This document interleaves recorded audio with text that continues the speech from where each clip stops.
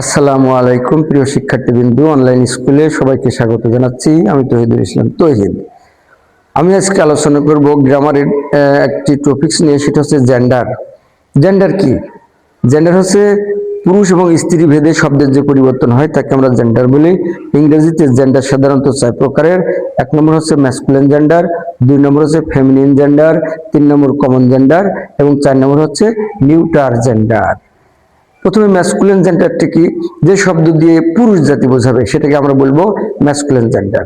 আর যে শব্দ দিয়ে স্ত্রী জাতীয় বোঝাবে সেটা হচ্ছে ফেমিনিন জেন্ডার, মানে মহিলা বোঝাবে, সেটা হচ্ছে ফেমিনিন জেন্ডার। আর 3 নম্বর হচ্ছে কমন জেন্ডার, যে শব্দটা দ্বারা পুরুষও বোঝাবে স্ত্রীও বোঝাবে সেটাকে আমরা বলবো কমন জেন্ডার।